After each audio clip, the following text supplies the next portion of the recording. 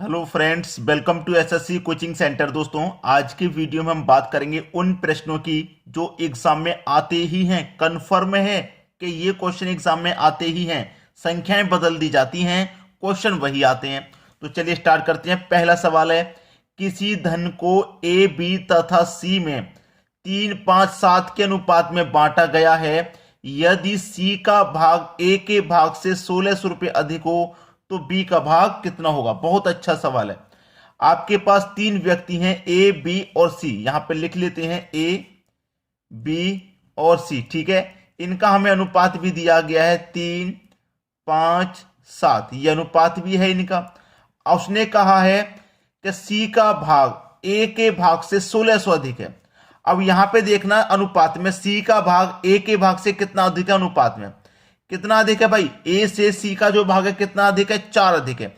यानी कि अनुपात में तो 4 अधिक है और रुपए में कितना अधिक है भाई? 1600। यानी कि 4 का मान 1600, तो 1 का मान कितना हो जाएगा भैया? 400। तो आपसे पूछा बी का भाग कितना है। जब ए का भाग 400 तो यहां पे देखना 5, यानी कि बी का ही तो पूछ रहा है।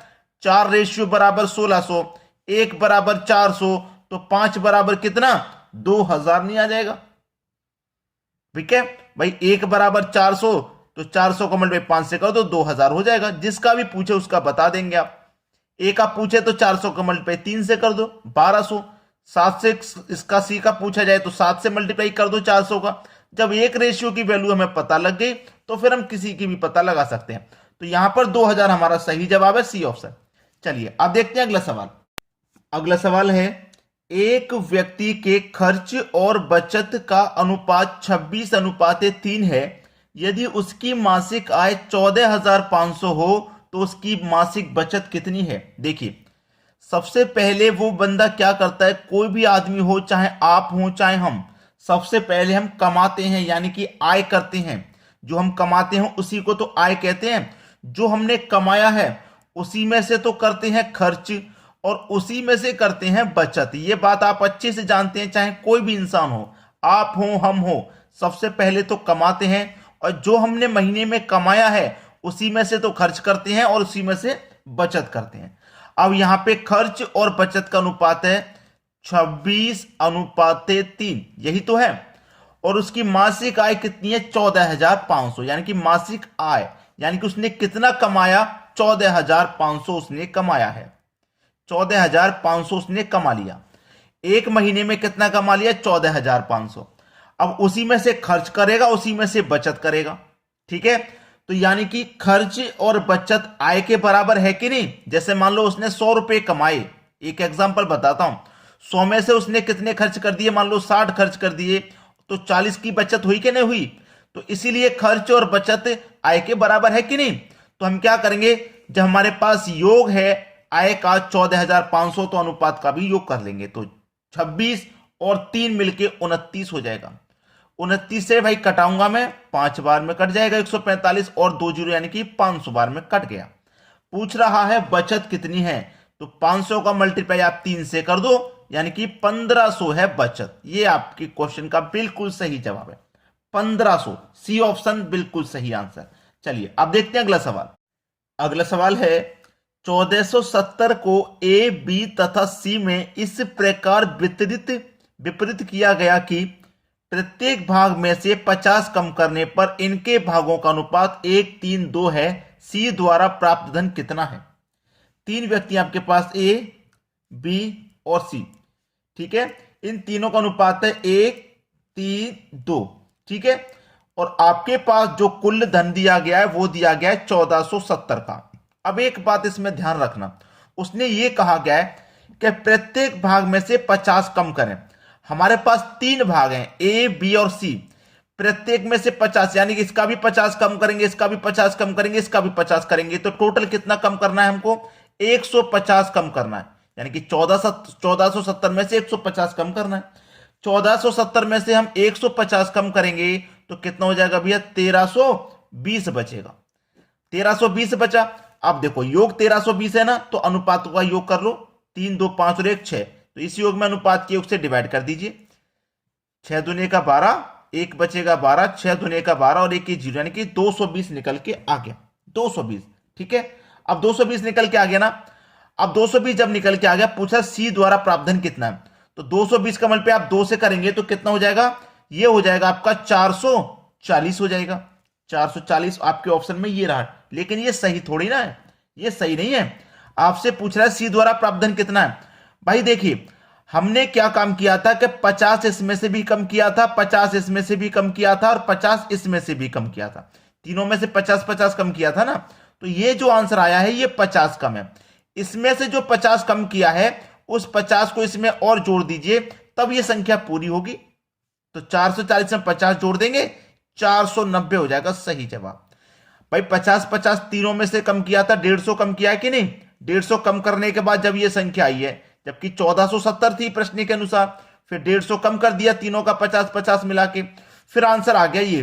तो ये 50 कम आंसर है ना, इसमें 50 जब जोड़ देंगे तब ये संख्या पूरी होगी, यानी कि सही आंसर 490 है। चलिए आप देखेंगे अगला सवाल। अगला सवाल है 94 को दो भागों ए तथा बी में इस प्रकार विभक्त किया गया है कि ए के 5वें भाग तथा बी के 8वें भाग का अनुपात 3:4 का भाग कितना है। अच्छा सवाल है, उसने जो कहा है उसे ध्यान में रखिए। ए तथा बी में इस प्रकार विभक्त किया गया कि ए के 5वां भाग, ए का कितना 5वां, एक में से कितना 5वां भाग, ठीक है 5वां भाग, और बी के 8वें भाग, बी के 8वें भाग, एक में से 8वां भाग का अनुपात कितना भाई 3:4। तो अनुपात का मतलब बटा भी होता है, तो हम उसे 3/4 लिख सकते हैं। अब आपको एक चीज अच्छे से मालूम है कि ये डिवाइड वाली संख्या नीचे वाली ऊपर से मल्टीप्लाई हो जाती है और ये वाली इससे हो जाती है, ठीक है। चलिए ए मल्टीप्लाई 8 का मल्टीप्लाई 1 से हो जाएगा तो 8 बटे में, ठीक है। अब देखिए 5 का मल्टीप्लाई 1 से हो जाएगा तो बी मल्टीप्लाई 5 बराबर 3/4, यही तो है। अब देखना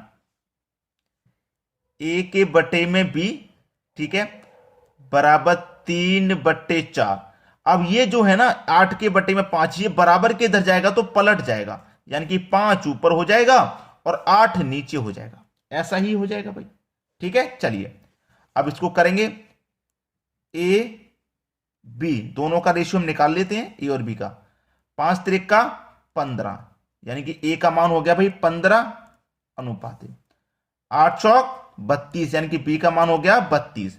अब देखिए हमारे पास कितनी संख्या थी 94 थी, इसको दो भागों में हम विभाजित कर रहे थे।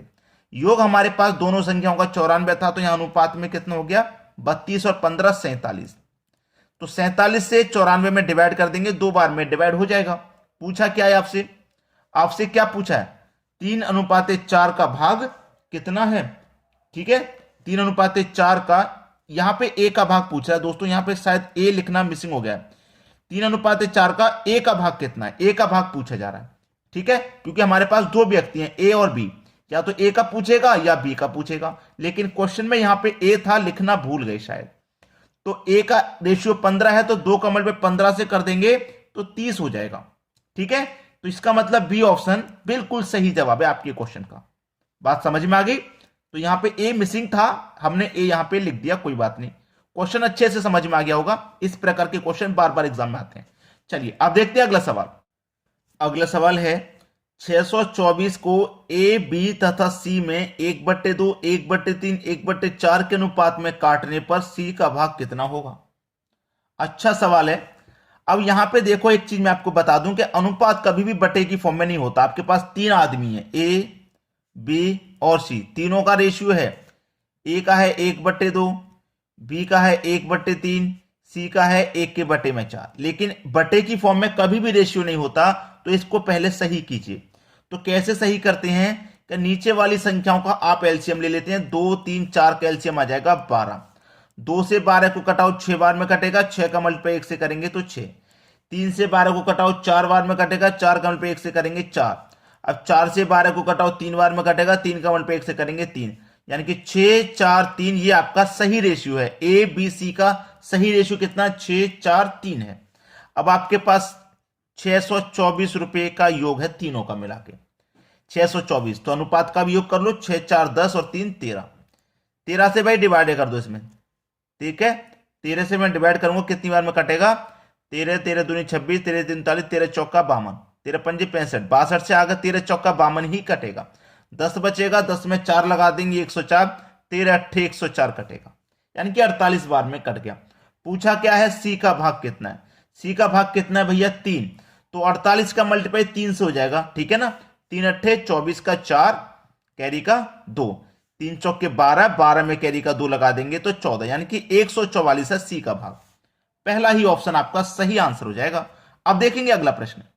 अगला सवाल है 117 को ए, बी तथा सी में 1/2, 1/3, 1/4 के अनुपात में बांटने की अपेक्षा त्रुटिवश 2, 3, 4 के अनुपात में बांटने पर किसको लाभ होगा। देखिए ए, बी और सी, ए, बी और सी, ठीक है। देखिएगा मैं जो आपको बताने वाला हूं, अनुपात कितना है एबीसी का, 1/2, 1/3 और 1/4। बटे की फॉर्म में कभी भी नहीं होता, मैंने आपको बताया है। तो इसको सही फॉर्म में लाने के लिए 2, 3, 4 का एलसीएम ले लो 12, 2 से 12 कटाओगे 6 बार में कटेगा, 6 का 1 6, 3 से 12 और 4 बार में 4 1 4, 4 से कटाओगे 12 को 3 बार में 3 1 3, यानी कि जो सही रेशियो है वो 6 4 3 है। अब इस रेशियो में हमको बांटना था, लेकिन त्रुटि बस 2, 3, 4 के अनुपात में बांट दिया। ए को 2, इसको 3, इसको 4 के अनुपात में हमने बांट दिया, तो किसको लाभ होगा। ठीक है, यही तो क्वेश्चन है। चलिए, राशि कितनी है 117 की, 117 रुपए की राशि है। योग 117 है ना, तो अनुपातों का भी योग कर लेंगे हम। 6 4 10 3 13, 13 से निम्मा 9 बार में कट जाए ना 117, तो 9 बार में कट गया। अब 9 से 6 में मल्टीप्लाई करो, 9 6 54 हो जाएगा इसका मान, 9 चौक 36 हो जाएगा बी का मान, 9 त्रिका 27 हो जाएगा सी का मान। ठीक है, यानी कि ये निकल के आ गया, ए बी और सी का निकल के आ गया। क्लियर है। चलिए, 117 रुपए की राशि है, 117 रुपए की। यहां पे त्रुटिवश जो अनुपात आया है उसका रेशियो कितना, 4 और 3 7 और 2 9, इसका रेशियो कितना भाई 9। अब 9 से घटाऊंगा मैं इसको, कितनी बार में कटेगा 13 बार में। ठीक है, 9 से 13 बार में 117 कटेगा, तो 13 से 13 आ गया ना। अब देखना 13 का मल्टीप्लाई मैं कितने से करूंगा, 13 का करूंगा 2 से, तो 13 दूने का 26, 13 त्रिका 39 और 13 चौके 52। ठीक है, यहां पे भी एबीसी का निकल के आ गया, जो गलती से हमने अनुपात ले लिया था उसका गलती से जो निकल के आया वो। ठीक है, राशि उतनी ही है, यहां पे जो अनुपात था उससे डिवाइड कर दिया योग से, यहां जो अनुपात बनना था उसके योग से डिवाइड कर दिया। अब उसने पूछा बांटने पर किसको लाभ होगा। ए का देखिए यहां पे 56 है, यहां पे आपका ए का 26 है, तो ए को तो लाभ होने वाला नहीं है। बी का 36 है, बी का 39 है, तो बी को लाभ हो जाएगा। सी का 27 है और सी का 52 है, सी को भी लाभ हो जाएगा, यानी कि बी और सी दोनों को लाभ होगा, बी तथा सी दोनों को लाभ होगा। भाई बी को पहले 36 मिल रहा था, बाद में 39 मिलेगा तो ज्यादा मिल रहा है। सी को 27 मिल रहा था, फिर 52 मिल रहा है, इसको भी ज्यादा मिल रहा है, तो इस बी और सी दोनों को लाभ हो जाएगा। समझ में आ गया ना। चलिए अब देखते हैं अगला सवाल। अगला सवाल है, एक पूर्ण वर्ग प्राप्त करने के लिए 2163 स्टार 2175 में जोड़े जाने वाली छोटी से छोटी संख्या ज्ञात करो। पूर्ण वर्ग प्राप्त करना है हमें, तो देखिए क्या क्या संख्या हमारे पास, 2163 है और 2175 है, दोनों का अंतर करना है हमें, दोनों का अंतर। तो 2163 और 2175 का जब आप अंतर करेंगे तो कितना निकल के आएगा, 12। भाई 12 का अंतर है, 2163 से 2175 12 अधिक है, अंतर 12 का है, तो अंतर में आप 2 से डिवाइड कर दीजिए, कितनी बार डिवाइड हो जाएगा, 6 बार, और 6 का वर्ग कर दो, कितना हो जाएगा 36, यानी कि आंसर है 36। इस तरीके के सवाल को ऐसे ही किया जाता है, वरना आप फंसे रह जाओगे, कर नहीं पाओगे, पता नहीं लगा पाओगे कभी। तो क्या करना है, दोनों संख्याओं का अंतर, जो अंतर आया है उसमें 2 से डिवाइड कर दो, डिवाइड करने के बाद जो संख्या रहेगी उसका वर्ग कर दो, आंसर मिल जाएगा। चलिए अब देखेंगे अगला सवाल। अगला सवाल है, एक पूर्ण वर्ग प्राप्त करने के लिए इस संख्या और इस संख्या में जोड़े जाने वाली छोटी से छोटी संख्या ज्ञात करो। अभी जो क्वेश्चन क्या बिल्कुल वैसा ही है। पहली संख्या 4569 है, दूसरी संख्या 4575 है, दोनों का अंतर कर लो भाई। तो देखिए 4569 से 4575 कितना अधिक है, 6 अधिक है, तो जो अधिक है यानी कि जो अंतर है उसमें क्या करते हैं, 2 से डिवाइड, 3 बार में डिवाइड होगा, और 3 का क्या कर दोगे, वर्ग, यानी कि वो संख्या कौन सी है, छोटी से छोटी जो जोड़ी जाएगी 9 है। 9 है आपके सवाल का सही जवाब, पहला ऑप्शन बिल्कुल सही। समझ में आ गया सभी को। चलिए अब देखेंगे अगला सवाल। अगला सवाल है, 5 लगातार विषम संख्याओं का योग 55 है तो सबसे बड़ी संख्या ज्ञात कीजिए। 5 संख्या लगातार, 1 संख्या, 2 संख्या, 3 संख्या, 4 संख्या, 5 संख्याएं। ठीक है, योग कितना है? 55 है। योग में क्या करेंगे? संख्या से डिवाइड कर देंगे तो औसत निकल के आ जाता है। ठीक है, औसत होता है बीच वाली संख्या, यानी कि 5 संख्याओं में बीच में कौन सा है? ये वाला, यानी कि 11 हो गई आपकी बीच वाली संख्या। अब संख्या कैसी है? लगातार, लगातार मतलब, और विषम, लगातार विषम, तो 11 विषम है, 11 के आगे लगातार विषम 13 आएगी, 13 के आगे लगातार विषम 15, और 11 से पहले 9, 9 से पहले 7, ये आ जाएंगी। सबसे बड़ी संख्या ज्ञात कीजिए, तो सबसे बड़ी संख्या तो 15 है इसमें, यानी कि डी ऑप्शन आपका बिल्कुल सही आंसर हो जाएगा। समझ में आ गई बात? अब देखते हैं अगला सवाल। अगला सवाल है 4 लगातार सम संख्याओं का योग 20 है तो सबसे बड़ी संख्या क्या होगी? सबसे बड़ी पूछ रहा है। 1 2 3 4, योग कितना है? 20, संख्याएं कितनी है? 4, 4 से डिवाइड कर दो, 5 बार में जाएगा, यानी कि बीच वाली संख्या निकल के आ जाएगी। अब बीच में संख्या को कहां लिखें? 5 संख्या होती तो लिखना आसान था, 7 होती लिखना आसान था, 3 होती तो लिखना आसान था, 4 है।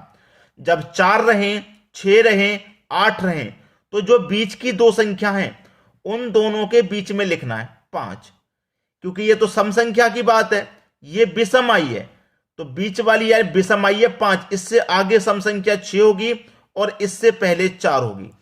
4 और 6 के बीच में ही तो 5 होगा, तो ये बीच वाली संख्या हो गई।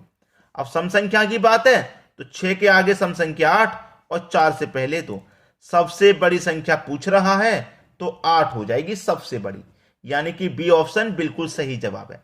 तो अच्छे से आपको क्वेश्चन समझ में आ गए हैं दोस्तों। शेयर कर देना वीडियो को और लाइक कर देना, बस इतना काम कर देना आप।